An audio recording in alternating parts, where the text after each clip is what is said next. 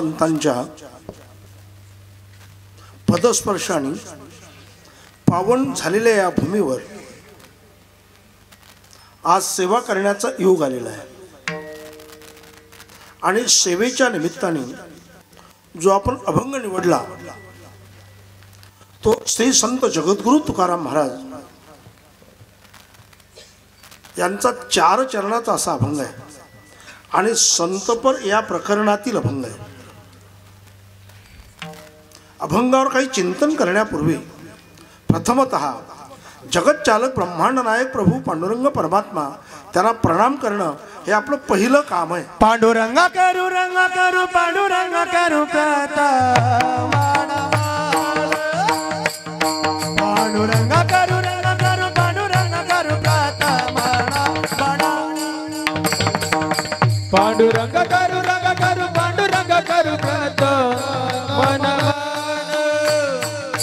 पांडुरंग करू पांडुरंग करू प्रथम दुसरे चरण संतांचिया दुसरे चरण संतांचिया दुसरे चरण संतांचिया दुसरे चरण संतांचिया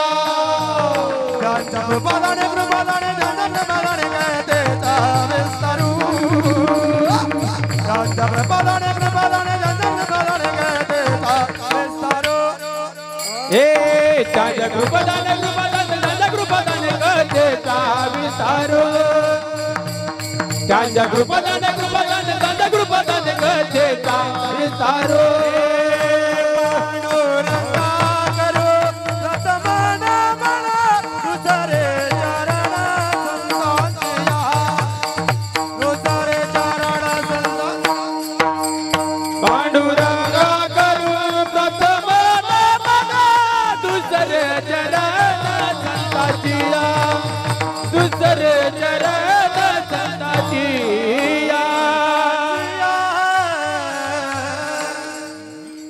ज्ञानेश्वरा करुणाकरा दयाळा तुमचा अनुग्रहला धलू पावन झालू चराचरी जयाची केली आ स्मरण होय सकळ विद्यांचे अधिकरण तेची बंधू श्रीचरण श्री गुरुचे ते नमस्कारुने आता श्री संताचे माथा चरणावरी साष्टांग हे करी दंडवत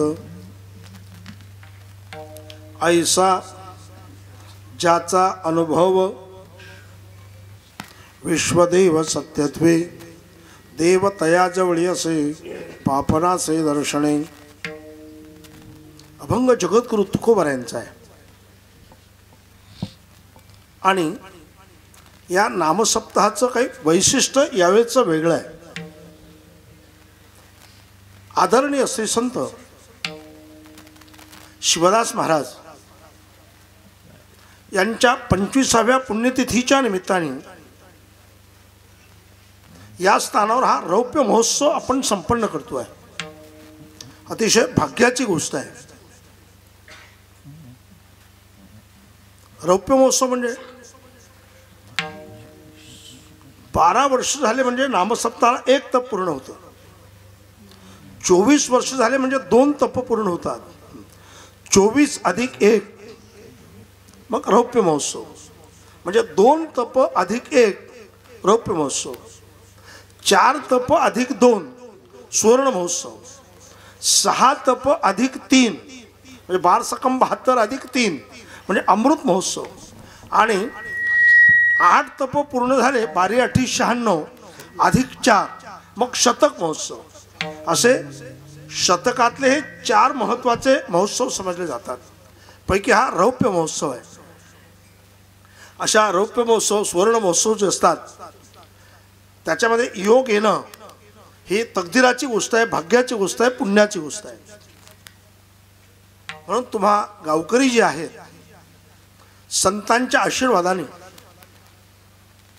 तुमच्या अंतःकरणात हा भाव स्फुरला आणि त्या भावाच्या माध्यमातून परिसरातील मंडळी, या संस्थेचे सन्माननीय अध्यक्ष, सन्माननीय विश्वस्त, सर्व गावकरी, पंचक्रोशी यांच्या विशेष सहयोगातून आमच्या वारकरी संप्रदायाच्या मंडळीच्या मार्गदर्शनातून सहयोगातून हा उत्सव इथे संपन्न होतोय। आदरणीय पूज्य महाराज श्रीच्या संदर्भात, पूज्य श्रद्धेय शिवदास महाराजांच्या संदर्भात जे जे त्यांचं जीवन होतं त्या जीवनाला आधारित, त्या जीवनाला समर्पक असा एक अभंग आपण आज निवडलेला आहे। विठ्ठल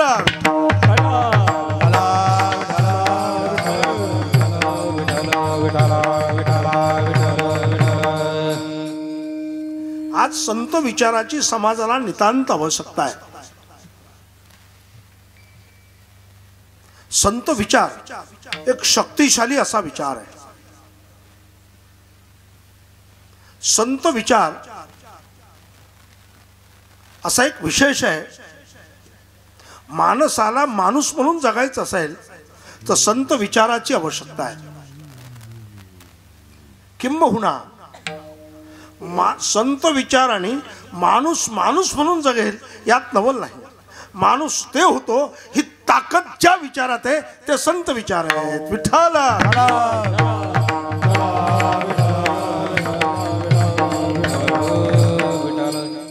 आणि संतांनी आपणाला भवसागरातून तरुण जाण्यासाठी, आपल्या जीवनातलं दुःख नाहीसं होण्यासाठी, आपल्या जीवनात सुखाची पहाट निर्माण होण्यासाठी, एक अनिष्टाची निवृत्ती आणि इष्टाची प्राप्ती होण्यासाठी संतांनी एक सोपा रस्ता आपल्याला दिला। तुका म्हणे सोपी केली पायवा, अतिशय सोपं। म्हणजे या भवसागरातून तरुण जाण्यासाठी संतांचे अभंग आणि ओव्या ज्या आहेत ह्या प्रत्यक्ष सेतू आहे। याचा जर आपण अवलंब केला तर मनुष्य हा कृतार्थ होतो। ही ताकद या संतांच्या अभंगात आहे। आणि आज सामान्य माणूस जो आहे तो नको त्या दिशेने पळायला लागलेला आहे, नको त्या दिशेने धावायला लागलेला आहे। आणि अशा वेळेला त्याने धावू नये असा त्याचा अर्थ नाही, पण धावण्याची दिशा योग्य असावी हा महत्त्वाचा मुद्दा आहे। अशा वेळेला आपल्याला दिशा कोण देईल? योग्य दिशा दर्शकांची आवश्यकता आहे। पण आजच्या काळाची गंमत अशी आहे, आजच्या काळाचं आश्चर्य असं आहे, ज्यांच्या जीवनातली दिशा चुकली ते समाजाचे दिशादर्शक होऊ पाहतात। हीच आजच्या काळाची शोकांतिका आहे। आणि खरे आपले दिशादर्शक जे आहेत, ज्ञानोबा तुकोबा नाथमारा चोखोबा निरोबा जनाबाई मीराबाई मुक्ताबाई आदी करून जे संत आहेत हे आपले दिशादर्शक आहेत। त्यांच्या वचनाप्रमाणे मार्गाधारे वर्तावे हे जसं त्यांनी केलंय तसं आपण सुद्धा त्यांच्या शब्दांनी, त्यांच्या विचारांनी, त्यांच्या पावलावर पाऊल ठेवून आपण जर आपलं जीवन व्यतीत केलं तर आपण आपल्या जीवनामध्ये कृतार्थ होतो हा महत्त्वाचा भाग आहे। मग अशा वेळेला संत आणि आपण, कारण संताशिवाय जीवनात सुख प्राप्त होणं अशक्य आहे। अर्थात संताशिवाय देवाची प्राप्ती असंभव आहे। आणि एवढं सर्व जे दिलं आपल्याला, कुत्र्याच्या, मांजराच्या, सर्पाच्या, सरडेच्या, फालीच्या, घुबड्याच्या, वाघाच्या, सिंहाचे अनेक जन्म आहेत, 84 लक्ष होणे आहेत। पण आपणाला जे शरीर मिळालं ते एवढं भारी आहे। शरीर उत्तम चांगले, शरीर सुखाचे घोसले, शरीरे साध्य होय केले, शरीरे साधिले परब्रह्म, एवढी ताकद या शरीरात आहे। आणि आयुष्याच्या साधने सच्चिदानंद पदवी घेणे एवढा अधिकार नारायणे कृपावलोकने दिला, इतकं आपल्याला दिलं आहे। किंबहुना नरदय निधान लागले हाती, उत्तम सार उत्तम गती, देवच होईल म्हणते ते होते, तरी का चित्ती न धरावे। होता येतं, पण मग कसं केलं पाहिजे? अरे करण्यासाठी हे सर्व दिलं आहे। दिले इंद्रिय हातपाय कान, डोळे मुख बोलाय वचन, जेणे तू जोडसी नारायण, नासे जीवपण भवरोग, हे सर्व त्याच्यासाठी दिलं आहे।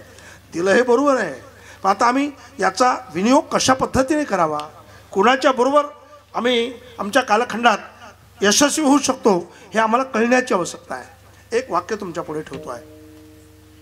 आपल्याला जर कृतार्थ व्हायचं असेल तर आपल्याला परमार्थ करण्याची आवश्यकता आहे। आणि परमार्थ करायचा असेल तर संतांच्या संगतीत करणं आवश्यक आहे। संतांच्या संगतीत केलेला परमार्थ हा फलद्रूप होत असतो।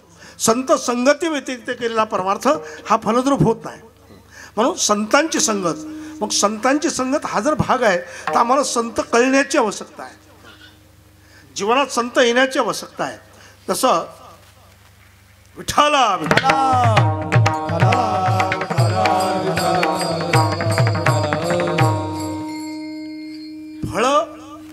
फुलं बहरण्यासाठी, बगीचा बहरण्यासाठी त्या बगीच्यात वसंत येण्याची आवश्यकता आहे. जर बगीच्यात वसंत आला, बगीचा बहरेल, त्याला फूल येईल आणि त्याला फळ येईल. पण वसंत येण्याची आवश्यकता आहे. वसंत म्हणजे सिंदखेड लपाली, पिंपळगाव देवी, लेहा इथला वसंत नव्हे. कोण वसंत आपल्या लक्षात आला असेल? कोण वसंत? वसंत ऋतू येण्याची आवश्यकता आहे. तसं आपल्या जीवनात सुद्धा एक सुगंध दरवळण्यासाठी, आपल्या जवनात सुद्धा एक आत्मबोध रूपी फळ निर्माण होण्यासाठी आपल्या जीवनात संत येण्याची आवश्यकता आहे. अशा वेळेला जर संत जीवनात यायला पाहिजेत, संत जीवनात भेटले पाहिजेत, मग संत आहेत कसे हे आम्हाला कळण्याची आवश्यकता आहे. कसे आहेत संत? कसे असतात संत? संत तोची जाणा जगे, संत तोची जाणा जगे, संत तोचे जाणा जगे, संत तोचे जाणा जगे. दया क्षमा ज्याचे अंगी भो, दया क्षमा ज्याचे अंगी शोभ अंतान हे म्हणा, शोभ अंतान हे म्हणा.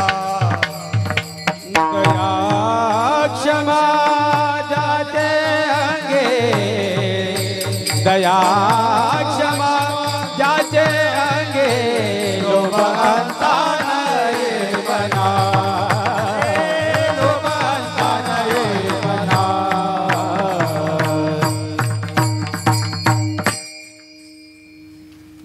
संत असे असतात जिथे दया आणि क्षमा आहे, ते संत आहेत. पण असे जे संत आहेत त्यांच्या जीवनातला अनुभव काय हे आम्हाला कळण्याची आवश्यकता आहे. त्यांची दृष्टी कशी आहे, त्यांच्याजवळ कोण राहतं, त्यांच्याजवळ कोण आहे, त्यांच्यात काय शक्ती आहे, त्यांच्याकडे कोण चाल करत नाहीत, त्यांची एक भूताच्या संदर्भात त्यांची दृष्टी काय आहे, हे सर्व आम्हाला कळण्याची गरज आहे. काय त्यांचा अनुभव आहे? सामान्यांचा अनुभव वेगळा आणि असामान्यांचा अनुभव वेगळा. सामान्य म्हणजे तुम्ही आम्ही आणि असामान्य म्हणजे संत असं आहे. आणि आपला अनुभव त्यांचा अनुभवात फार स्थित्यंतर आहे. आमचा अनुभव जो आहे, जे संपून जातं त्याचा मला अनुभव आहे, जे दुःख देतं त्याचा मला अनुभव आहे. पण संतांचा अनुभव वेगळा. जो अविनाशी परमात्मा आहे त्यांचा त्यांना अनुभव आहे.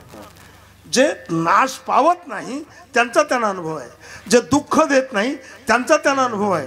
आणि असे एक अनुभवाच्या शिखरावर गेलेले, एक सर्व दूरवर ज्यांचा ओतप्रोत असा वेगळा अनुभव आहे, असा ज्यांचा अनुभव आहे ते संत आहेत. कसा आहे त्यांचा अनुभव सांगा. तुकोबार आहे, आम्हाला सांगा कसा आहे त्यांचा अनुभव. ते अभंगाच्या पहिल्या जाता अनुभव,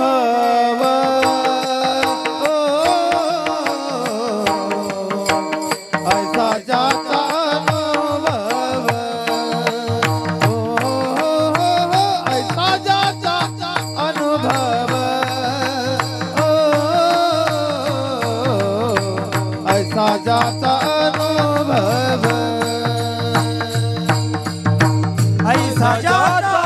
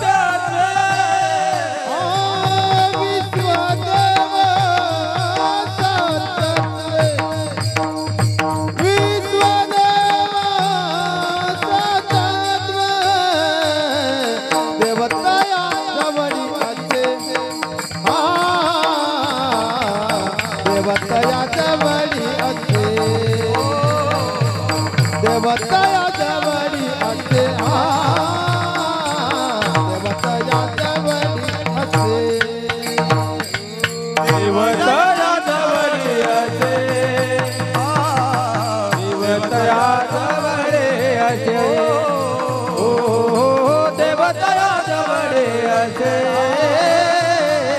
देव तया जवळे असे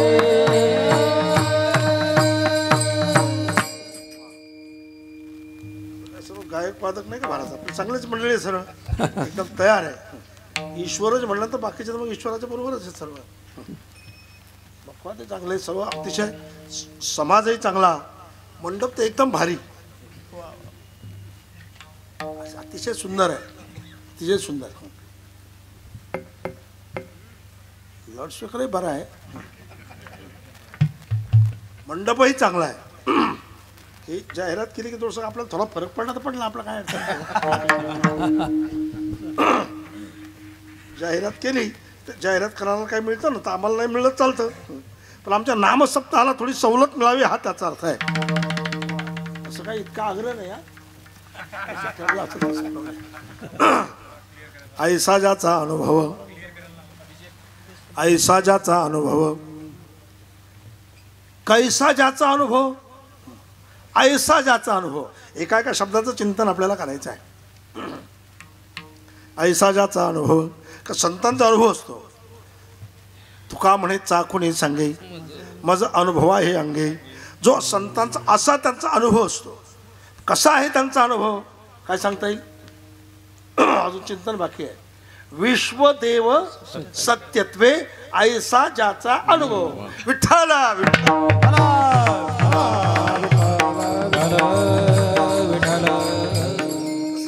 याच्यावर थोडं कमी बोलेल कारण महाराज तुम्ही करू शकता पण बाकीचे पुन्हा म्हणतील किंवा डबल काय महाराजांनी तर बोलू नका ना सध्या आपली ऐकण्याची स्थिती थोडी बदललेली आहे सध्या समाजामध्ये जे चिंतन आहे जे अभ्यासपूर्ण चिंतन जे असतं ते लोकांची ऐकण्याची प्रवृत्ती कमी होत चालली ती कमी होऊ नये ही आमची इच्छा आहे आमच्या इच्छेचा भाग आहे का जे घासतो आपण तिकडे घासल्यानंतर जे घासलं ते पुढे मांडलं पाहिजे ना नाही ते आवडतच नाही यांना मग ते सोडूनच द्यायचं का हा प्रश्न निर्माण होतो पुन्हा ऐसा ज्याचा अनुभव विश्वदेव सत्यत्वे म्हणजे आता हे कुणाबद्दल बोलणं सुरू माहिती का आदरणीय हरिभक्त परायण परमपूज्य श्री संत शिवदास महाराज कसा आहे त्यांचा अनुभव विश्वदेव सत्यत्वे हे जे विश्व आहे हे विश्व देवच आहे खऱ्या अर्थाने सत्यत्वे खऱ्या अर्थाने विश्व देव आहे विश्व म्हणजे जगत जगत देव कसं काय होईल जगत जड आहे परमात्मा चेतन आहे जे चेतन आहे ते सत्य आहे जे जड आहे ते मिथ्या आहे मग हे जड सत्य होईल कसं जे जगत जे आहे ते परमात्मा कसं होईल हा प्रश्न आहे पण ज्यांच्या जीवनात असा अनुभव आला हरिरेव जगत जगदेव हरी को भिन्नो नैव मती इत्यस्य परमार्थ गती जगत हरी आहे आणि हरी जगत आहे हा भाव ज्यांच्या मनात निर्माण झाला खरं त्यांचा अनुभव महत्त्वाचा आहे हा होईल केव्हा कसा होत असेल यांच्या जीवनात त्याचं एक कारण आहे जेव्हा परमात्म स्वरूपाचं यथार्थ ज्ञान होईल तेव्हा हा अनुभव अशा प्रकारचा येईल तोपर्यंत येत नाही एक उदाहरण आपल्यामुळे ठेवतो अर्जुन अर्जुन कोणचे अर्जुन पांडवातले अर्जुन भगवान श्रीकृष्णाचे लाडके भक्त पण अर्जुन ज्यावेळेला युद्धाचा प्रसंग आला कौरवाचं सैन्य समोर येऊन उभं राहिलं रणभूमीवर अर्जुन अजून मागेच आहे अर्जुनाची गडबड सुरू आहे अर्जुनाच्या रथावर सारथी भगवान श्रीकृष्ण आहे ध्वजस्तंभावरी वानरू परमात्मा भगवान शंकर वरती आहेत अर्जुनाला आता चैन पडेना दम निघणं म्हटल्यापेक्षा चैन पडेना म्हटलेलं सोयीचं त्याला काही चैन पडेना नाही नाही गेलं पाहिजे रणभूमीवर जायचं आहे देवा चला देवा चला वाद्य वाजतायत आपण पोहोचलं पाहिजे ते म्हटले चला देवाला तेच करायचं होतं बस देवाने सुरू केला रथ आणि रथात रथ मध्ये नेला रथम स्थापय मे च्युत रथ मध्ये पोहोचल्यानंतर अर्जुनाने पाहिलं थोडक्यात म्हणणार आहे आपलं सैन्य, समोरचं सैन्य पाहिलं, भगवंताने सांगितलं हे आता शत्रू आहेत, सुरू करायचंय. तर देवा जमत नाही का? ते माझे मामा आहेत, माझे गुरु आहेत, भीष्माचार्य, द्रोणाचार्य माझे भाऊ आहेत, मी त्यांना मारणार नाही का? त्याची नजर जी होती ती उपाधीवर होती, हा त्याचा अर्थ आहे. अर्जुनाची नजर वस्तूवर नव्हती, अर्जुनाची नजर होती ती उपाधीवर. तर देवा हे माझे आहेत. माझे म्हटल्याबरोबर दुःखाचा कहर आहे. माझेपणा तेव्हा येतो जेव्हा मीपणा असेल तेव्हा. जेव्हा मीपणा असेल तेव्हा माझेपणा आहे, आणि जेव्हा मी आणि माझेपणा असतो तेव्हा दुःखाचा कहर असतो. हा सिद्धांत आहे. तेव्हा देवा मी मारणार नाही. मला का नरकात जायचं का? मी नरकाला जात नाही. संकरो नरका येव कुलघ्राणा कुलश्च, नाही देवा जमणार नाही. लगेच अर्जुनाने एक कार्यक्रम ठरवला, नाही करायचं युद्ध. अर्जुन काय घाबरला होता का? जेने संग्राम आहे अर्जुन तिला निवात कवचाचा ठाव फेडीला, पवाडा तो केला गंधर्वासी. असा महान पराक्रमी अर्जुन. पण अर्जुनाने खाल्ली उडी, खाल्ली उडी मारली खाली, उडी घातली खाला रथवण्या, आणि अर्जुन धावायला सुरुवात केली. अर्जुनाने, देवाने आवाज दिला, हे अर्जुना, हे अर्जुना, अरे कुठे चाललाय? नाही देवा मी युद्ध करत नाही, ते माझे आहेत. देवाने सांगितलं, अर्जुना ते तुला माझे समजतात असं नाही, ते एक ठरवणार आहे. अर्जुन आम्हाशी भ्याला, अर्जुन भिवून पळाला म्हणणार आहे. अर्जुना तू तसं करू नको. अरे बाबा युद्ध कर. युद्धात जर जिंकला तर स्वर्ग मिळेल, गेला तर स्वर्ग मिळेल, जर राहिला तर राज्य मिळेल. हतो वा प्राप्स्यसे स्वर्गम जित्वा वा भोक्षसे. पण अर्जुन म्हणतो देवा जमत नाही. पण असा अर्जुनाचा भाव जो निर्माण झाला तो त्याची देहबुद्धी होती, हा त्याचा अर्थ आहे. ज्या वेळेला मग भगवान श्रीकृष्णाने त्याला ज्ञान द्यायचं आहे म्हणून अर्जुन आणि देव, अर्जुन बोलतच होते. देवाने विचार केला अर्जुन बोलून राहिला, बोलू द्या. मग अर्जुनाने विचार केला देव काहीच बोलत नाही, आपण काहीतरी बोललं पाहिजे. देवा मला कळत नाही, मी आता तुमच्याकडे आलो आहे, मी तुमचा शिष्य आहे, तुम्हाला शरण आलो, मला बोध करा. अहं ते शिष्या त्वाम प्रपन्नम माम शादी. माम शादी म्हणजे तुम्हाला शरण आलो, माझं लग्न करून द्या. शादी सध्या ही वेळ आलेली आता. मागचा 5-7 वर्षाचा काळ वेगळा होता, आता काळ बदलला. एवढं त्याच्यावर काही सध्या चिंतन मांडत नाही, उगाच नको. तर मग अर्जुनाने शिष्यत्व पत्करल्यानंतर भगवंताने ज्ञान दिलं आणि मग अर्जुनाचा बदल झाला, हा त्याचा अर्थ आहे. त्यात एक प्रक्रिया महाराज सांगतोय. सुरुवातीला प्रत्येक माणूस जो आहे, साधक जरी असेल तरी सुरुवातीला त्याच्या जीवनात निश्चित भ्रम असतो. कुठला भ्रम? निश्चित भ्रम. निश्चित भ्रम म्हणजे मी देह आहे, मी काळा, मी गोरा, मी खुजा, मी ठेंगणा, मी लहान, मी मोठा, हा जो आहे हा निश्चित भ्रम. पण श्रीगुरु काय करतात, त्याला निश्चित भ्रमातून संशय भ्रमात आणतात. संशय भ्रमात आणलं म्हणजे मी देह आहे का देव आहे, याच्यात तो येऊन पोहोचला. नंतर संशय भ्रमातून ते निश्चय प्रमेवर नेतात. तसं अर्जुनाला देवाने निश्चय प्रमेवर नेलं, आणि ज्यावेळेला अर्जुन निश्चय प्रमेवर पोहोचला त्यावेळेला अर्जुनाचा जो बोध आहे हा व्यापक निर्माण झाला. संतुष्ट सर्वदा स्वये व्यापक निर्धार, हा व्यापक बोध ज्यावेळेला निर्माण झाला त्यावेळेला अर्जुनाच्या अंतःकरणातला भाव बदलला. त्यावेळेला अर्जुनाची दृष्टी निर्माण झाली, आत्मदृष्टी निर्माण झाली, हा त्याचा अर्थ आहे. पण केव्हा? जेव्हा भगवान श्रीकृष्णाने ज्ञान दिलं तेव्हा. कसं होतं बघा. या उपाधी माझे गुप्त जे चैतन्य सर्वगत ते तत्वज्ञ संत स्वीकारिते सरिली पै जैसे एक हनुमिन लय असई परी निवडून ला जाऊन सै वेगळे की जय भूसबी जय वट उपणितारा हे घनवट उडो ते फलकड जाणवाले तैसे विचारत आले तसले प्रपंच सहज सांडवले मग तत्वतात तुरले ज्ञान हे असे असा भाग. म्हणजे त्या अभ्यासाने त्या सांगितल्यामुळे ते ज्ञान दिल्यामुळे तो त्याचा परिणाम तो निर्माण झाला. तसं जेव्हा श्री गुरुच्या माध्यमातून, संतांच्या माध्यमातून हा बोध आपल्या जीवनात निर्माण होतो, त्यावेळेला आपली दृष्टी बदलून जाते, हा त्याचा अर्थ आहे. कारण हे ज्ञानच काही वेगळं आहे संतांच्या माध्यमातून मिळणार. आम्हालाही ज्ञान आहे, चालण्याचं, बोलण्याचं, खाण्याचं, पिण्याचं, पाहण्याचं, उठण्याचं, बसण्याचं, हे सर्व ज्ञान आम्हाला आहेत. पण भौतिक ज्ञान वेगळं आणि आध्यात्मिक ज्ञान वेगळं. भौतिक ज्ञानाने माणसं शोभत असतात, आध्यात्मिक ज्ञानाने कृतार्थ होत असतात. भौतिक ज्ञानामुळे तुमचा उदरनिर्वाह होऊ शकतो, पण आध्यात्मिक ज्ञानाने तुमची जीवदशा संपू शकते.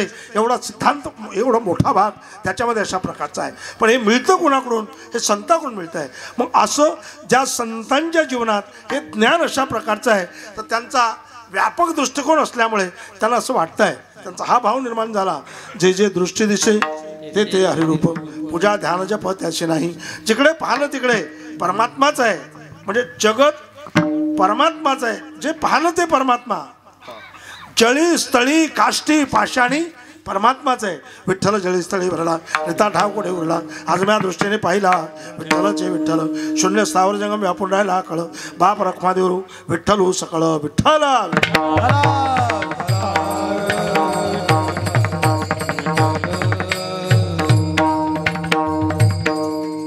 असा भाव जेव्हा निर्माण होतो ना, ऐसा प्रतिती रसाचा ओतला भाऊ, हा भाव जेव्हा ओतला जातो ना, तर विश्वदेव सत्यत्वे, हे विश्व जे आहे हे सर्व परमात्माच आहे. पण एक वाक्य सांगतोय, एक गवळण आहे, गवळण. गवळण अशी चालली रस्त्याने, अशी चाललेली आहे. चालता चालताच तिच्या भगवत चिंतनाच्या बळावर, प्रभू साक्षात्काराच्या बळावर अशी चालता चालताच ती गवळण जी आहे, विश्वदेव सत्यत्वे या माध्यमातून म्हणतो आहे, त्यावेळेला ती गवळण चालते आहे.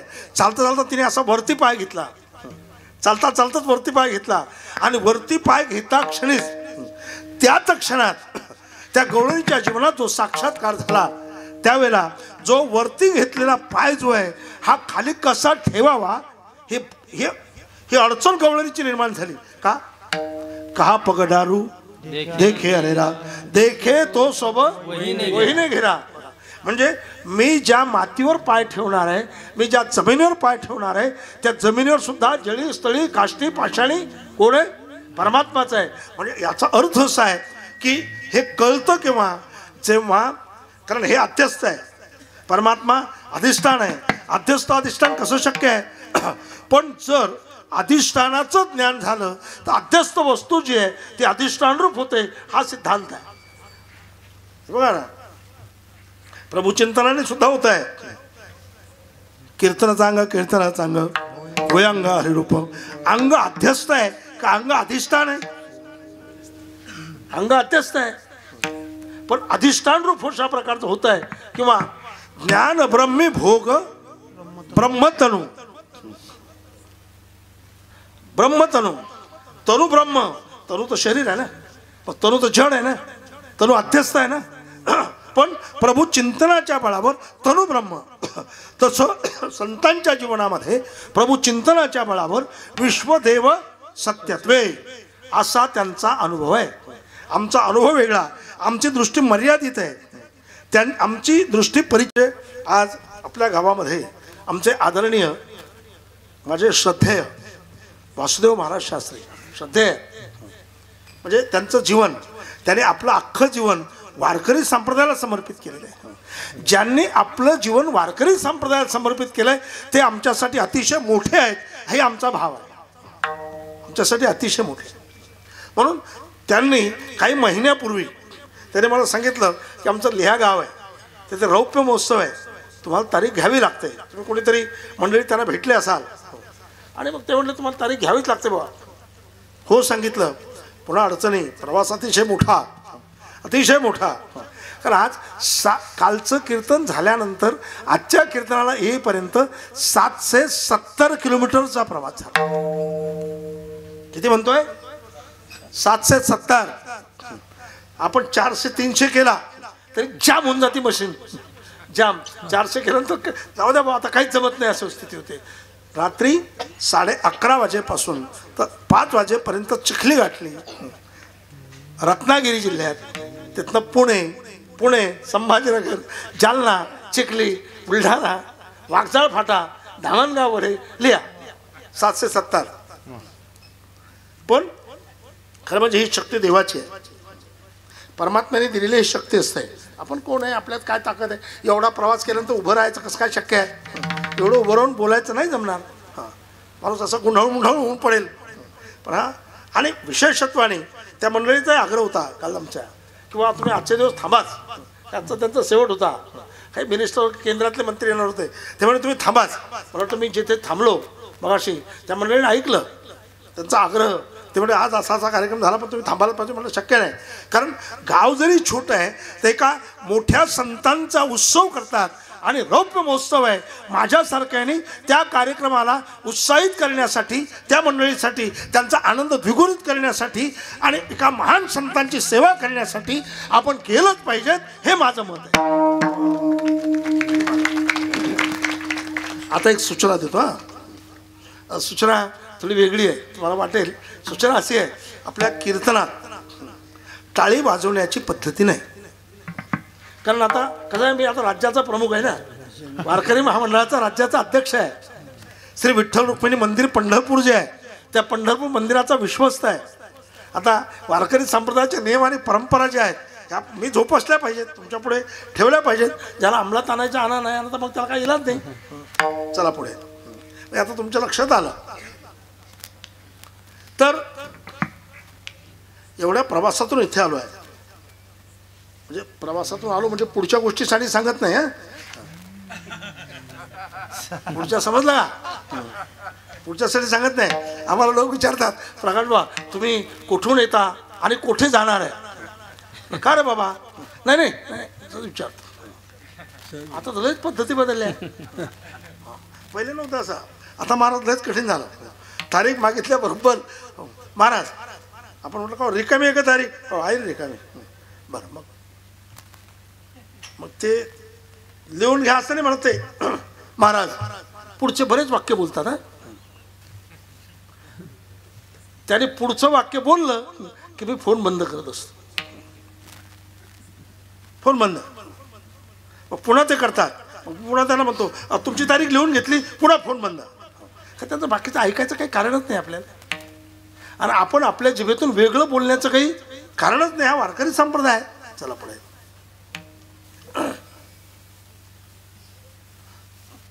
ऐसा ज्याचा अनुभव विश्वदैव सत्यत्वे, ज्यांचा असा अनुभव आहे मग त्यांच्या जवळ कोण आहे त्यामुळे समजलं पाहिजे. कोण आहे त्यांच्या जवळ? कोण आहे त्यांच्या जवळ? देवता या जवळी असे, देवता या जवळी असे, देवता या जवळी असे, देवता या जवळी असे, देवता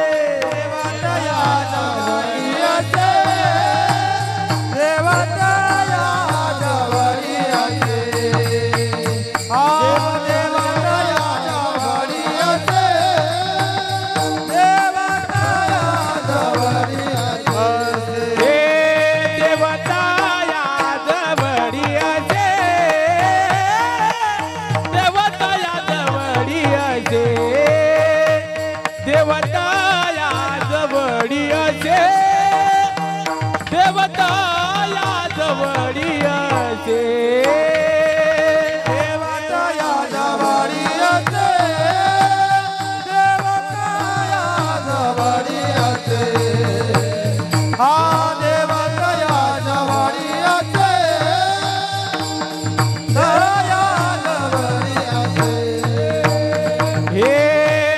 पापनाचे दर्शने, पापनाचे दर्शने,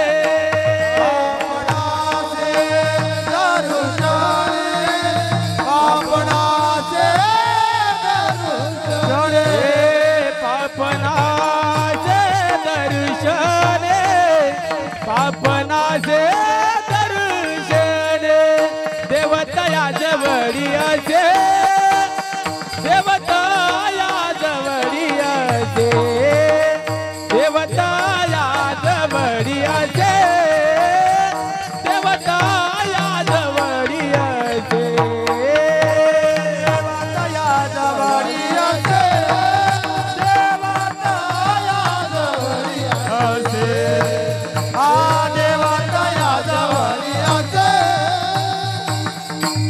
देवतया जवळी असे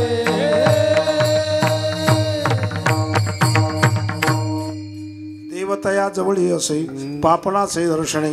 आमच्या आदरणीय परमपूज्य श्री संत शिवदास महाराज यांच्याकडे देवतया जवळी असे, त्यांच्याजवळ देव होता. देवतया जवळी असे का देव कुणाजवळ राहतो? देव हा संतांच्या जवळ असतो. तरी जयाचे चोखटे मानसी मी उण्यासे क्षत संन्यासी जया निजेल्या ते उपासी वैराग्य गांग. तरी जयाचे चोखटे मानसी तिथे देव आहे. असा देव जो आहे कोणाकडे? संताजवळ देव आहे. कोण संत आहेत? आता इथे चिंतन सुरू करायचं आहे. कोण संत आहेत? तर जे सतत प्रभूचं चिंतन करत राहतात, जे देवाचं नामस्मरण करत राहतात ते संत आहेत. तेची संत तेची संत ज्यांचा हित विठ्ठली निनतिका हिटा नाटोना नामस्मरणा वाचुणे. सतत चिंतन दिनजनी आज धंदा गोविंदाचे पोवाडे किंवा अखंड खंडेना जीवन रामकृष्णारायण गोविंद गोविंद आसने गोविंद शयनी गोविंद त्या म्हणे बैसलाचे एका जनार्दनी तैरीचे कीर्तन आसने शयनी सदा हरीचे चिंतन. सतत गोविंद आसने गोविंद शयनी गोविंद त्या म्हणे बैसलाचे सतत चिंतन. सतत रामकृष्णारी रामकृष्णारी रामकृष्णारी रामकृष्णारी रामकृष्णारी रामकृष्णारी रामकृष्णारी रामकृष्णारी रामकृष्णारी रामकृष्णारी रामकृष्णारी रामकृष्णारी असं सतत ज्यांचं जीवन आहे, सतत जे चिंतन करत राहतात ते संत आहेत. सतत सततं कीर्तयंत वा सतत असे सतत जे प्रभूचं चिंतन करतात आणि चिंतनाच्या बळावर त्यांची प्रक्रिया झालेली असते. प्रभूचं चिंतन करण्याचं फार मोठी फलश्रुती आहे, फार मोठी. तरी कीर्तनाचे नटनाचे नासेले व्यवसाय प्राचिताचे जे नामाचं नाही पापाचे असे केले यामध्ये मग अवकाळली ते ठावरून उठवले यामुळे लोकांची कुंडी लाट यावी या म्हणे काय मावावी तर म्हणे कोणा दमावी तर ते म्हणे काय खावे देऊ शकतो असे नाही ऐसे माझे नाही नामघुषे नाहीसे करते विश्वाचे दुःखे. जास्त वेग होतो असं काही नाही ना. हां आपलं आमची पद्धत अशी आहे, याच्यापेक्षा कमी लागलं तरी करता येईल आणि अजून थोडं वाढून द्यायचं असलं तरी वाढवता येईल. विठ्ठला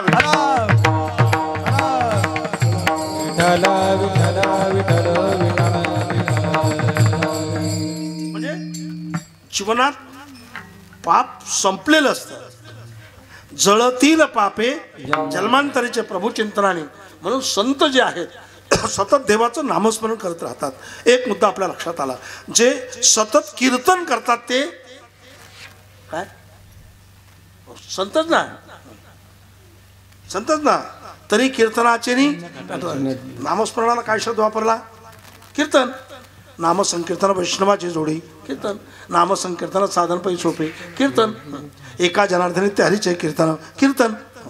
म्हणजे कीर्तन सतत नामस्मरण करत राहणं म्हणजे काय? कीर्तन आहे. कीर्तन ते संत आहेत. जे कीर्तन करतात ते कोण आहे? संत आहेत. असं काही पक्क समजू नका.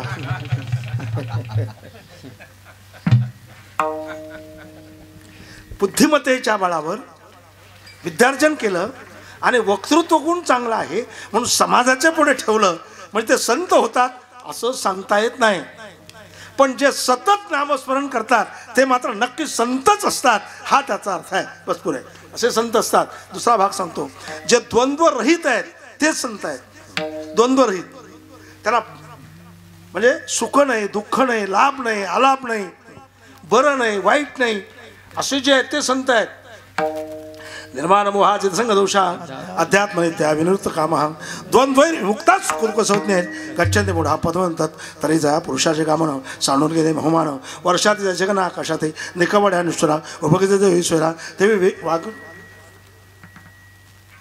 वेग कमी झाला होता नाही.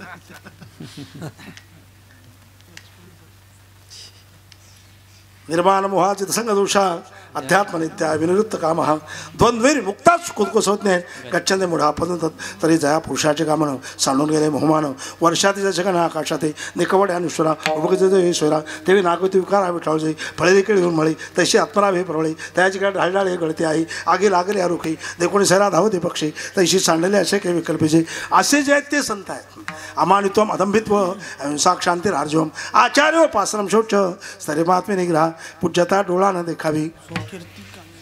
कशा आहेत संत समजलं का? एवढं तर डोक्यात ठेवा. पूज्यता डोळा न देखावी. कोणाला वाटतं असं? संतांना. पूज्यता डोळा न देखावी स्वकीर्ती कानी नैकावी अमुक शिनवावी शेचू लोका वाचस्पतीचे निपाडे सर्व नेता तरी जोडे परी वेडवी माझे दडे मै मे भेणे. आता आमचं तसं नाही. पूज्यता डोळा देखावी, स्वकीर्ती निर्माण करण्यासाठी एजंट तयार करावेत. आता आमची ही अवस्था एजंटची अवस्था आहे. समजा माझ्यासारख्याच्या मनात जर असं आलं ना, कुठलं माहिती तुम्हाला, किंवा आता मी सर्व दूरवर असतो हे तुम्हाला ज्ञात आहे. राज्याचा वारकरी महामंडळाचा अध्यक्ष आहे, विठ्ठल रुक्मिणी मंदिर समितीचा विश्वस्त आहे, देशातले जे वरिष्ठ आहेत, महामहिम राष्ट्रपती असोत, आदरणीय या देशाचे पंतप्रधान असोत, त्यांच्या सानिध्यात त्यांच्याबरोबर अनेक वेळेला प्रसंग येतो आहे. आता या 1500 2 वेळेस आला, म्हणजे एकंदरीत असं अनेक वेळेला. मग मी तर फार मोठा माणूस आहे, फार मोठा आहे, राज्यातला एक वेगळा भाग माझ्याकडे आहे. आणि मग अशा वेळेला मी जर राज्याचा प्रमुख आहे तर मग तुमच्या गावच्या मंडळींनी पिंपळगाव देवीपर्यंत 2 किलोमीटर टाळ घेऊन यायला पाहिजेत. कशा करता? टाळ घेऊन मला वाजवत वाजत आणलं पाहिजेत. मोठा माणूस आहे ना. जर माझ्या मनात असा भाव जर निर्माण झाला तर मी वाजवत वाजवत आणायच्याच लायकीचा आहे. समजलं काय तुम्हाला? आता काय कळलं नाही काय झालं. वाजवत वाजत आणायचं. अरे वारकरी संप्रदाय परमार्थिक क्षेत्र आहे, इथे तो विषय नसतोच, हा त्याचा अर्थ आहे. लोकांनी सन्मानाने करणं तो भाग वेगळा, आणि आम्ही योजना बनवणं हा भाग वेगळा. हा भाग वेगळा आहे. पूज्यता डोळा न देखावी, स्वकीर्तिकाने नाही कावी, अमुक यायची व्हावी याची लोका, असं संतांच्या बाबतीत हे संतांचं हे जीवन आहे.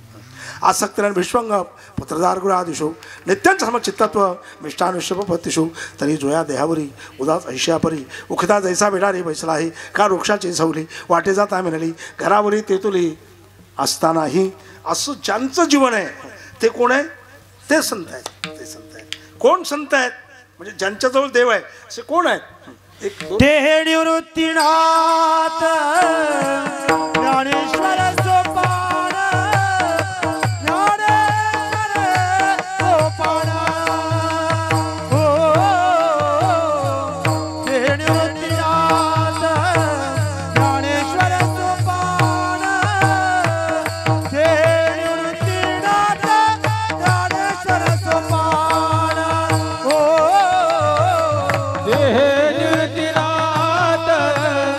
ज्ञानेश्वर सोपान, ते निवृत्तीनाथ ज्ञानेश्वर सोपान, ते निवृत्तीनाथ ज्ञानेश्वर सोपान,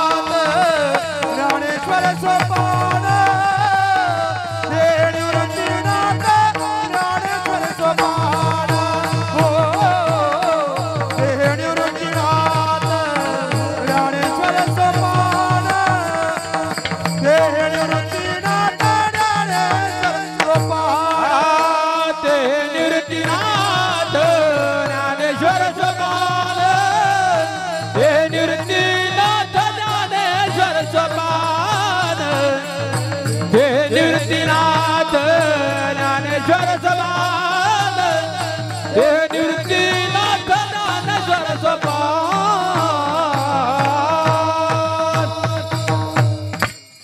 निवृत्तीनाथ ज्ञानेश्वर सोपान, मुक्ताबाई ज्ञान तिकडा. हे संत आहेत. हे संत आहेत. मग त्यांचं एक लक्षण मांडताना एक मांडतोय. कोण संत आहेत या प्रमाणावर आपण एकदम पुढे सुरू करत. कोण संत आहेत?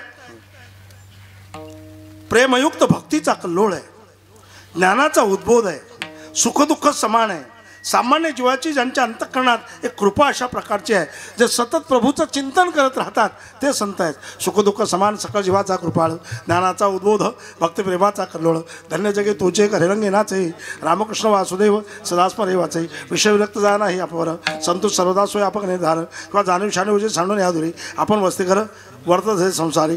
असे जे आहेत ते संत आहेत. आणि असे जे आहेत त्यांच्याकडचा पाप दोष गेलेले असतात, विकार बाजूला घालवले असतात.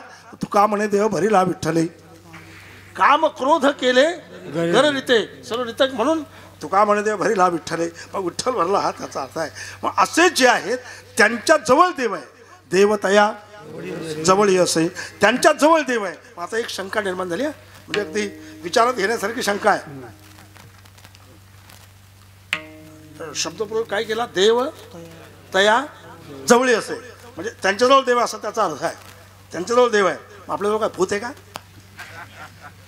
काय आपल्याजवळ सिद्धांत काय सांगतोय, तैसा हृदयामध्ये मी राम असता सर्व सुखाचा राम की भ्रांताचे काम आयुष्यावरी सर्वस्वचाहम हृदयसन्निविष्टो मथस्मृते त्याला मपोहणंच, म्हणजे किंवा एरबी सर्वांच्या हृदय देशी बी अमोका हे ऐसी जी बुद्धिस्फुर अरणशी तेव्हाच तुम्ही का सर्वा घटी राम देवादेवी एक, म्हणजे सर्वांच्या हृदयात कोण आहे, राम आहे ना.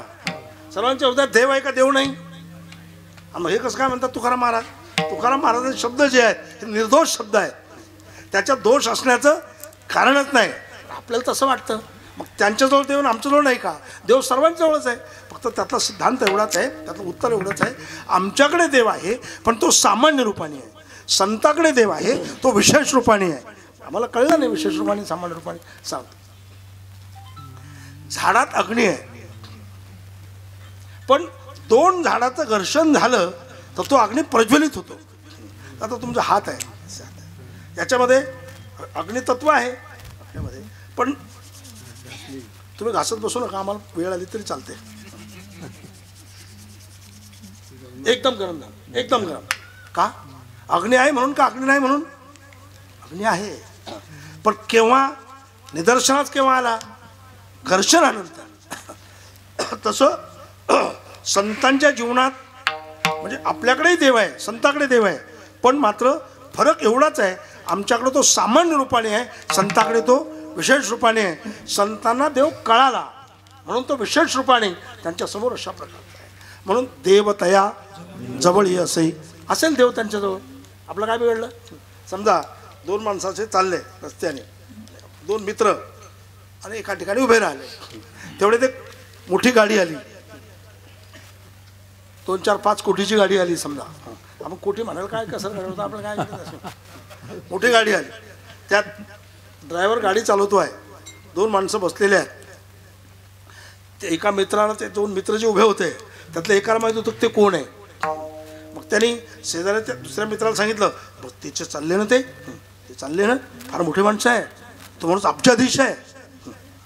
हा दुसरा मित्र काय म्हणतो माहिती का, असेल अब्जाधीश, काही मंदिराला पैसे दिले का, सप्तात पंगत दिली का, एखादी सप्ताहाला सहकार्य केलं का, पारमार्थिक क्षेत्रात काही काम केलं का, त्यांनी दान धर्म केला का, गोरगरिबाच्या साठी काही विचार केला का. नाही नाही, ते काही नाही म्हणे, त्यांना कोण भेटतात ते, आणि ते जाऊ दे म्हणे, असे चिकार आहेत पुष्कळ आहेत, त्याचा काही उपयोग होतो काय सांगा, त्याचा काही आपल्याला फलश्रुती आहे का, त्याचा काही फायदा आहे का, तर नाही, त्यांच्यापासून काय फायदा नाही.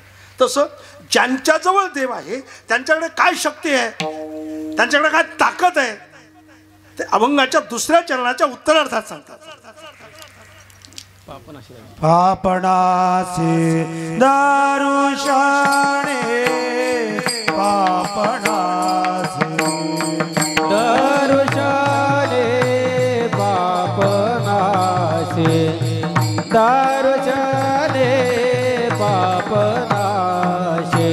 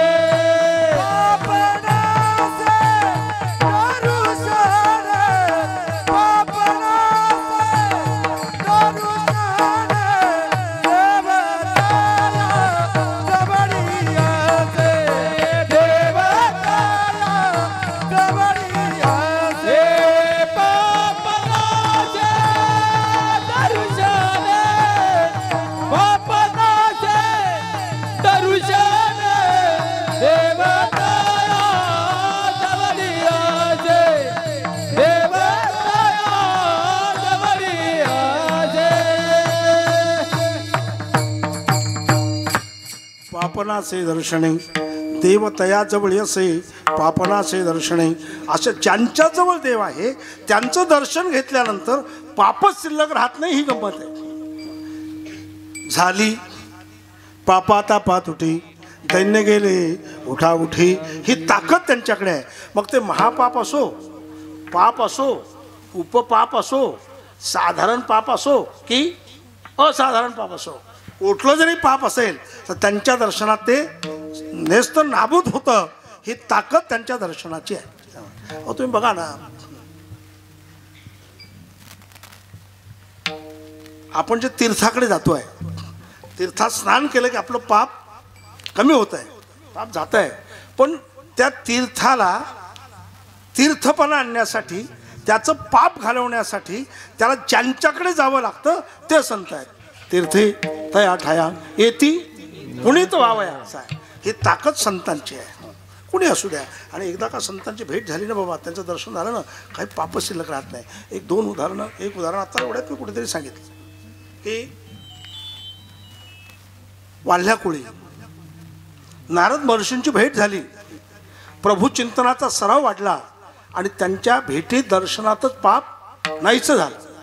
आमच्या पूज्य वारकरी शिक्षण संस्था जी आहे आळंदीचे, त्या संस्थेचे आदरणीय हरिभक्तपरायण परमपूज्य लक्ष्मण महाराज इगतपुरीकर वैकुंठवासी, माऊलींचं दर्शन झालं आणि जीवन बदलून गेलं. ही ताकद संतांच्या दर्शनाची असते. म्हणून संत दर्शन जे आहे सर्वात, संत दर्शने लाभ पद्मनाभ जोडीला. हे जसं आहे, पद्मनाभ तर जोडल्या जातोच पण पापही नाहीसे होतात. म्हणून पापनासे दर्शने. आणखी काय, त्यांच्याकडे विकार चाल करत नाहीत. चाल करतच नाहीत. चाल कुणाकडे विकार चाल करणार? सामान्य माणसाकडे चाल करतील, त्यांच्याकडे ते चालच करत नाहीत. कारण मग अशी एक ओवी सांगितली, तुमच्या लक्षात आली असेल. आगी लागले या रुखी देखोणी सैरा धावत हे पक्षी. म्हणजे जर झाडाला आग लागली तर पाखरं त्या झाडावर येऊन बसणार नाहीत, ते चाल करणार नाही तिथे. तसं ज्यांच्या अंतःकरणामध्ये, ज्यांच्या अंतःकरणात ज्ञानाग्नी पेटला तिथे विकार चाल करत नाहीत. त्या अभंगाच्या तिसऱ्या चरणात काम क्रोधाचारी, काम क्रोधाचारी पाड, काम क्रोधाचारी पाड, गाली पाड. काम क्रोधा नाही तारी, नाही तारी. काम क्रोधा नाही तारी, नाही तारी. तुझे राणी समजा नाही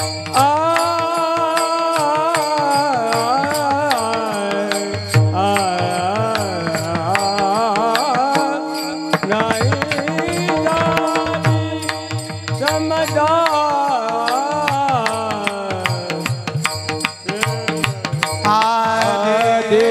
देवताया जवळे आसे, तया जवळे आसे. देवताया जवळे आसे, होते झाली समता, होते झाली समता. देवताया जवळे आसे, तया जवळे आसे. देवताया जवळे आसे, तया जवळे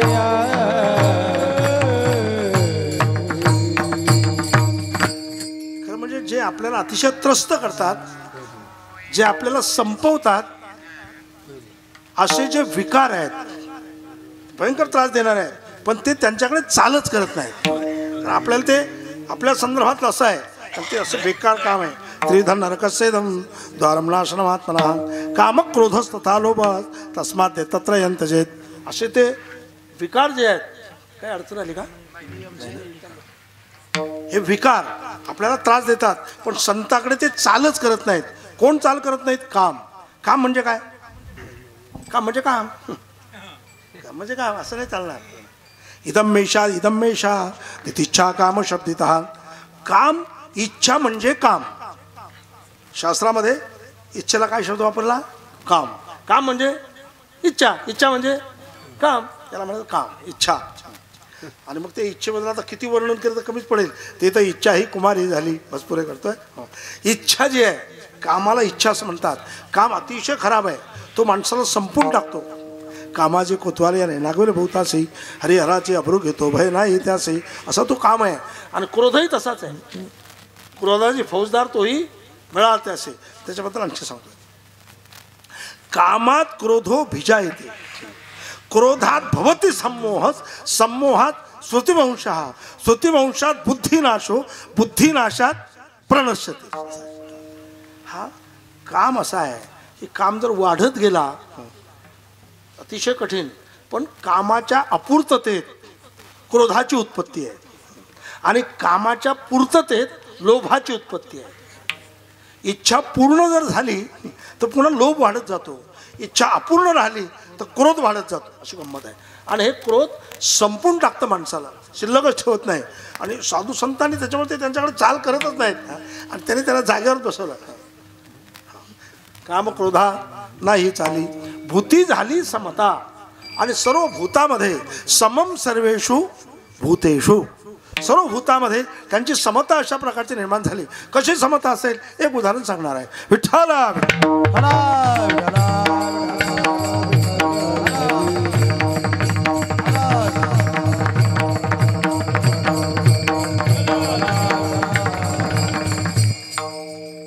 समजा बाजारातून बाजार आहे. आता इथं कुठेतरी बाजारासारखं वाटलं, जर यात्रेसारखं वाटलं पिंपळगाव देवीजवळ यात्रा आहे, तर त्याच्यामध्ये एखाद्या असे लहान मुलं असतात. मग त्यांना खेळण्यासाठी एक आंबा घेतला, आंब्याला हिरवा रंग दिला किंवा पिवळा दिला. केळी घेतली, म्हणजे मातीची तयार केली आहे, मातीची तयार केली केळी. मग केळीला आकार केळाचा दिला, केळीचा आकार दिला आणि त्याच्यावर पिवळा रंग बसवून त्याला तसा पद्धतीने तयार केलं. आंबा असो, केळी असो, लिंबू असो, पेरू असो, असं तयार केले. मग एकाने आंबा घेतला, एकाने पेरू घेतला, एकाने, पण शेवटी सर्व जरी घेतलं तर आतमध्ये जी वस्तू आहे ती एकच आहे, आकार भिन्न भिन्न झाला. हा, किंवा तुम्हाला एक गंमत म्हणतोय. भार्या स्नुषान आनंदाच माता याते त्याने कदा. आपण कधी कधी आपण हा वाहक वेगळा, लांडगा वेगळा, कुत्रा वेगळा असं म्हणतोय. हा कुत्रा आहे, हा मांजर आहे, पण आकाराने भिन्न आहे, पण त्यातली आतली वस्तू मात्र एकच आहे. तसं मग सर्वांना एकच का म्हणत नाही? कसं काय म्हणतील? समजा एक घर आहे, त्या घरामध्ये एक मावशी राहते, म्हणजे एक बाई राहते. तर त्या बाईला एक जण म्हणतो ही माझी आई आहे, एक जण म्हणतो ही माझी पत्नी आहे, एक म्हणतो ही माझी. जर अशा प्रकारची तयार झाली तर भूती झाली समता. प्रत्येक प्राणी मात्रामध्ये, चराचरामध्ये हा परमात्माच आहे, ही भूमिका अशा प्रकारे निर्माण होईल. म्हणून भूती झाली समता. काम क्रोधा नाही चाली, भूती झाली समता. ज्यांच्या बघा आता विश्वदेव सत्यत्वे ऐसा ज्याचा अनुभव देवतया जवळी असे. पाप नासे दर्शने, ज्यांच्या दर्शनात पाप जातं देवतया जवळी असे. काम क्रोधा नाही चाली, ज्यांच्यात काम क्रोध ज्यांच्यावर चाल करत नाहीत देवतया जवळी असे. भूती झाली समता. सर्व प्राणी मात्रामध्ये ज्यांची समदृष्टी निर्माण झाली देवतया जवळी असे. किंबहुना ज्यांच्या जीवनातला भेदाभेद संपला, ज्यांच्या जीवनातला वाद संपला, त्यांच्याजवळ देव आहे. हे अभंगाच्या 4थ्या चरणात. हा तुका म्हणे भेदा भेद, हा तुका म्हणे भेदा भेद, हा तुका मन भेदा भेद, हा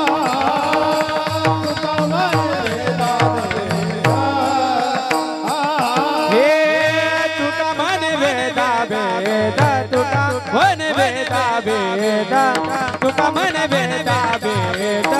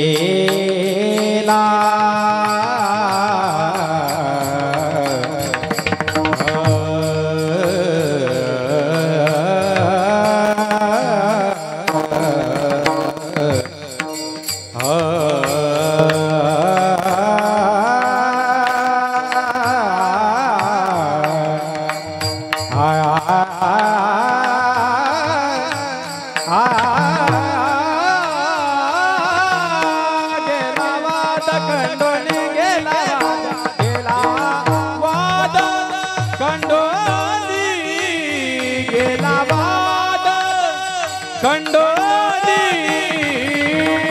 देवतया जवळी असे देवतया जवळी असे देवतया जवळी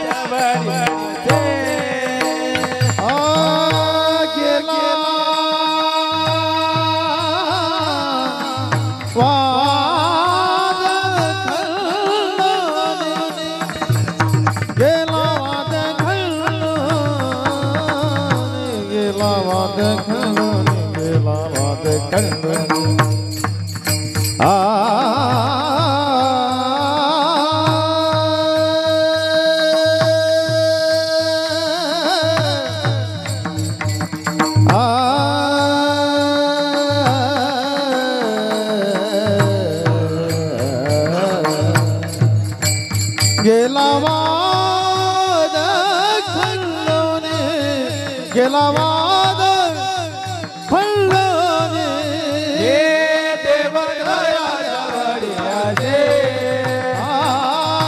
देवतया जवळी असे पाप नाशे दर्शन पाप नाशे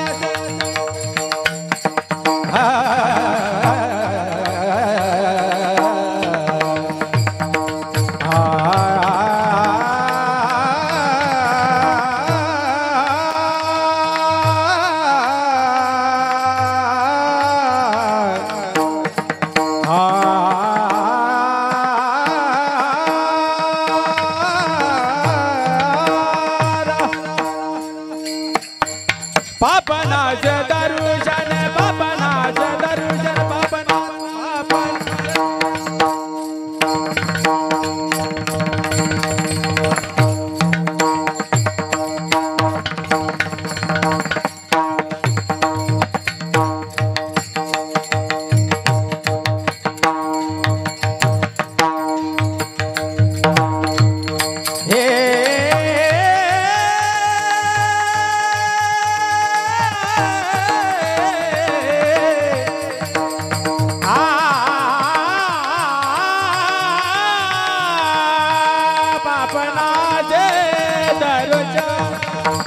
पापनाचे दर्शन पापनाचे दर्शन हो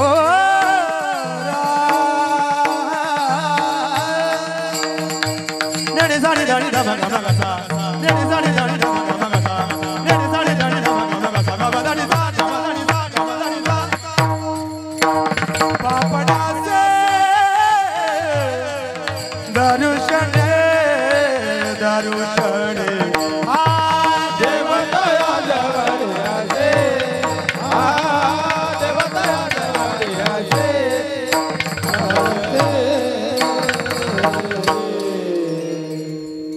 तुका म्हणे भेदाभेद गेला वाद खंडोनी.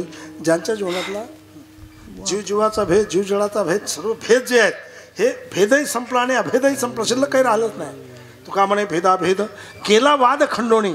वादही शिल्लक नाही, आजात वाद नाही, विवर्तवाद नाही, परिणामवाद नाही, वाद नाही, विवाद नाही, कुठलाच शिल्लक नाही. गेला वाद खंडोनी देवतया जवळी असे, त्यांच्याजवळ देव आहे. पापनाचे दर्शने विठोबा रखो हो बार कुमाई बार कुमाई बार कुमाई बार कुमार बार कुमाई बार कुमार बार कुमार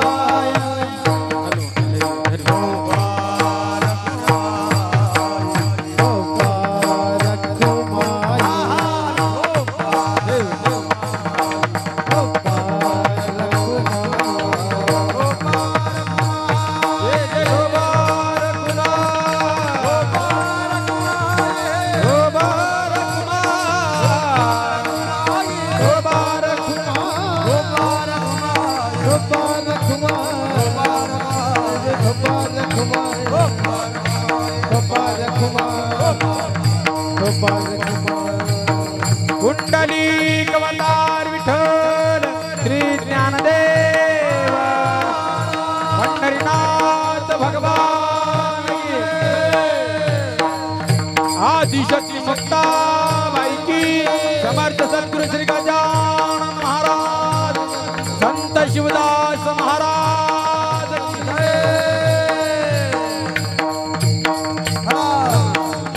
गोपाल गोपाल कुमारी गोपाल कुमारी गोपाल कुमारी गोपाल कुमारी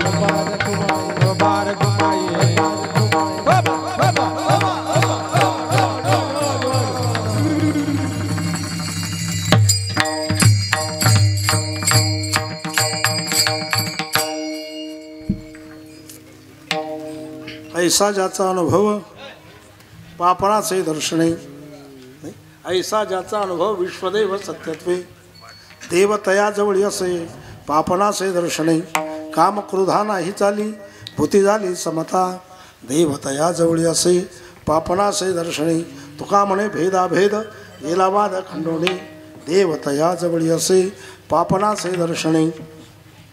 खरं म्हणजे हा जो कालखंड आहे हा तसे एक विशेष असा कालखंड आहे। कारण या कालखंडात जे 500 वर्षापासून प्रतीक्षा होते की प्रभू रामचंद्र जे आहेत हे अयोध्येत विराजमान झाले पाहिजेत। 76 लढाया झाल्या, अनेक लोक संपले, अनेक शहीद झाले। हा लढा 500 वर्ष आपल्या पूर्वजांनी चालवला। जोपर्यंत यश मिळत नाही तोपर्यंत लढा थांबवायचा नाही, या पद्धतीने परिस्थिती ही होती। काही लोकांच्या मनात वेगळा भाव होता, आजही अजून आहे, की अयोध्येतल्या मंदिराचा मुद्दा म्हणजे कुठेतरी मुस्लिमांच्या विरोधातला मुद्दा आहे, अतिशय चुकीची गोष्ट आहे।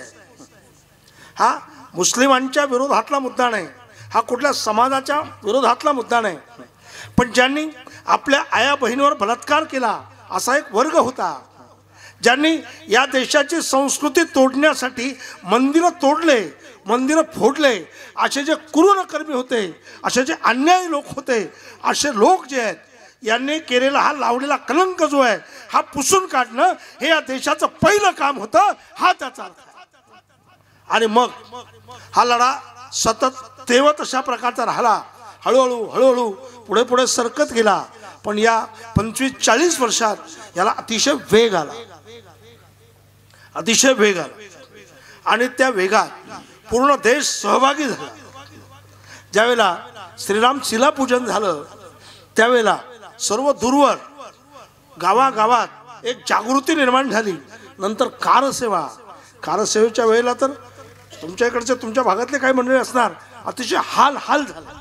90ची कारसेवा तशी होती महाराज, की लोकांना अक्षरशः मी जे पाहिलेत त्यांच्या अंगावर असे पोलिसांनी मारलेल्या काठ्या, त्यांच्या अंगावर अंग लाल झालेले, त्यांच्या अंगावर ओळ अशा प्रकारचे, लोकांनी कुठे उड्या मारल्या, इकडे पळ तिकडे पळ तिकडे पळ, असा तो काळ।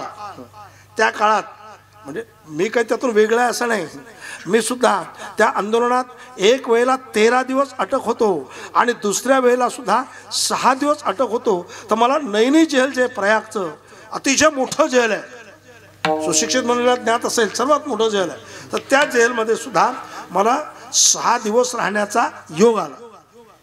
त्यावेळेला असं सारखं अनेकांचं, त्यावेळेला आपल्या वारकरी संप्रदायाने सुद्धा तिथे पारायण केले, कोकण विभाग असो आपला विभाग असो सर्वांनी तिथे पारायण केले। पारायण करताना सुद्धा माझ्यावर जेव्हा कीर्तन करण्याचा अयोध्येत वेळ आली त्यावेळेला मी अभंग घेतला, भीत नाही आता आपुल्या मरणा, तुकोबारायांचा अभंग आहे, भीत नाही आता आपुल्या मरणा। अरे कुठलाही प्रसंग आला, आम्हाला मारायचं ठरवलं तरी आम्ही मरायला आता फिरणार नाही, पण प्रभू रामचंद्राचं मंदिर हे अयोध्येत रामलला विराजमान झालेच पाहिजेत या हेतूने आम्ही पुढे सरतो। आणि मग वाटत होतं म्हणा, सांगता येत नाही काय होईल।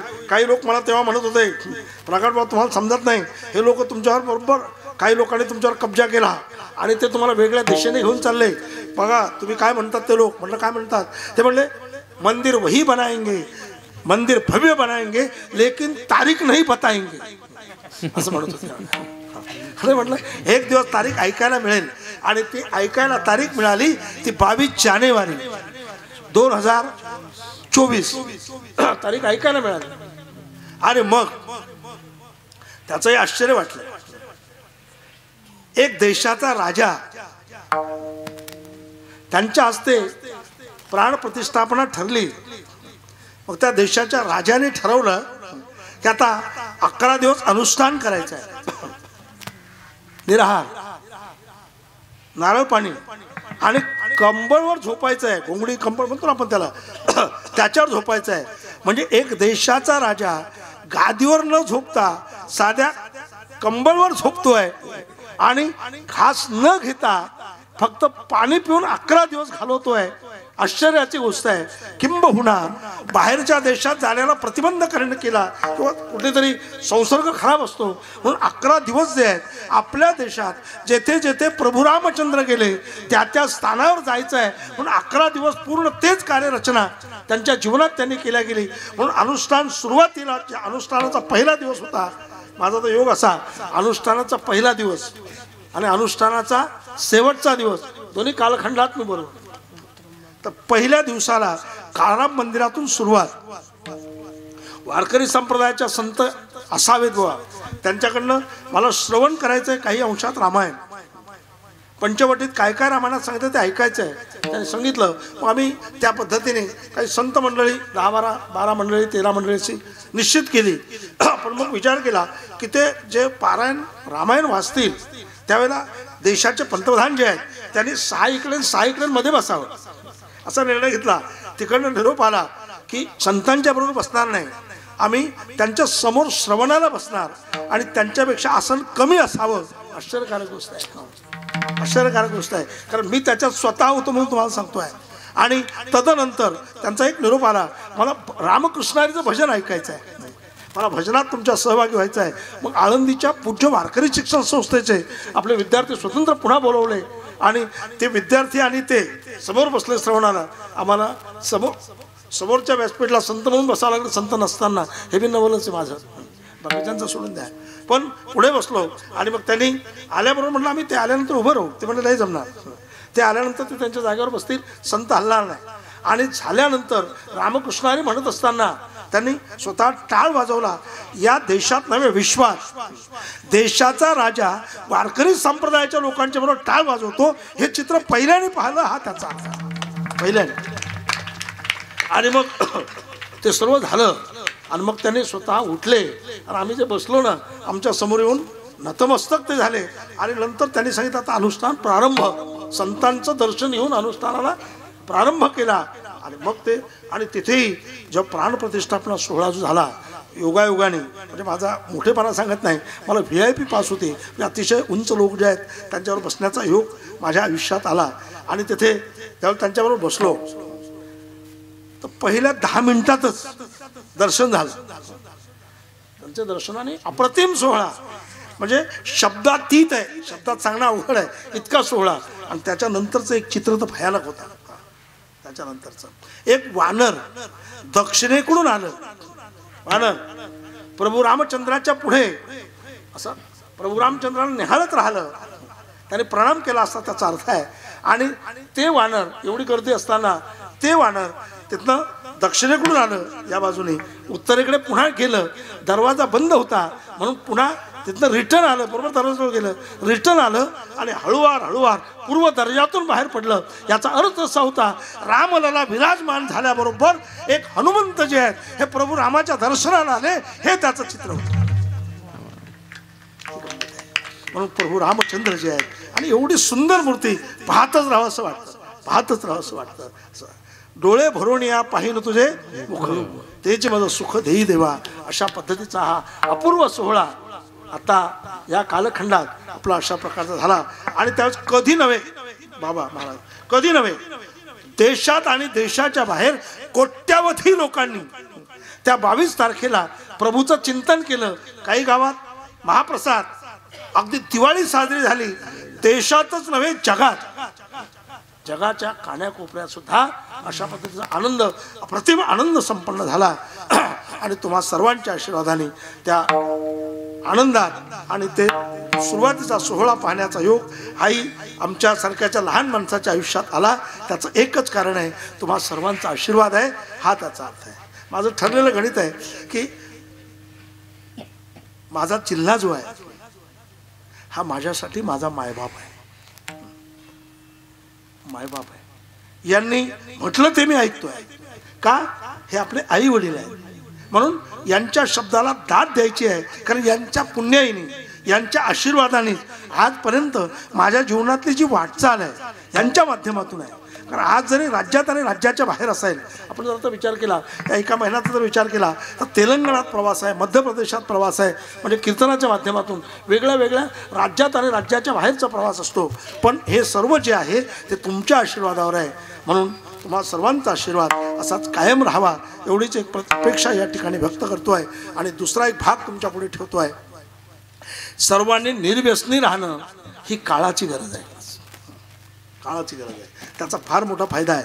माझा अनुभव मी सांगत असतो की मी 50 वर्षापूर्वी चहा बंद केला, 1967ला चहा बंद केला, 1982ला दूध कॉफी बंद केली आणि पान सुपारी तंबाखूचा माझ्या दाताशी आयुष्यात स्पर्श झाला नाही, झालाच नाही. आणि त्याचा परिणाम असा आहे, आज तुम्ही पाहिलं, तुमच्या लक्षात येईल सहजपणे, एवढा प्रवास करून इथे अजून तासभर बोलू शकतो. आणि कधी आयुष्यात 1971ला ताप आली, अजून डबल ताप आली नाही. डोकं कसं दुखतं, तुमच्या एक तुम्ही जिल्ह्यातली असल्यामुळे तुम्हाला माहित आहे, 2 वेळेला डोकं दुखायचा प्रसंग आलाच नाही असं नाही, पण डोकं दुखलंच नाही हे महत्त्वाचं आहे. डोकं कसं दुखतं आयुष्यात माहीत नाही, BP नाही, शुगर नाही, थायरॉइड नाही, कुठला विषयच नाही, कुठलाच विषय नाही. पण हे सर्व याच्यावर अवलंबून आहे, आपण निर्व्यसनीपणाने जीवन जगा, परिश्रमी जीवनात राहा आणि तुम्हाला अडचण येणार नाही, हा सिद्धांत आहे. आणि याच पद्धतीने आमचे आदरणीय पूज्य श्रद्धेय वैकुंठवासी शिवदास महाराज यांनी आपलं जीवन जे आहे हे भगवत भक्तीत वेचलं आणि त्यांच्या जीवनात वाचा सिद्धी पावा, वाचेची सिद्धी प्राप्त झाली अशी जी असतात, यांचं दर्शन जरी झालं तर आपलं जीवन सुखमय अशा प्रकारचं बनतं. प्रभूचं चिंतन त्यांनी केलं, साधना केली, ध्यान धारणा केली, त्यामुळं त्यांच्याकडे विकार जे आहेत हे त्यांच्याकडे चाल त्यांनी विकाराने केलीच नाही.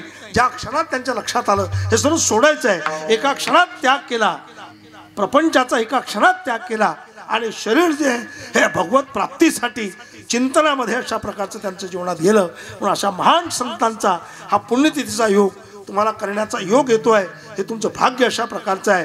आणि हा ज्यांनी ज्यांनी या महोत्सवात सहभाग घेतला, विशेषत्वाने काही अन्नदाते आहेत, काही आर्थिक दाते आहेत, या सर्वांना खरं म्हणजे प्रत्येकाच्या पायावर मी एक राज्याचा प्रमुख या नात्याने प्रत्येकाच्या पायावर मी नतमस्तक अशा प्रकारचा होतो आहे.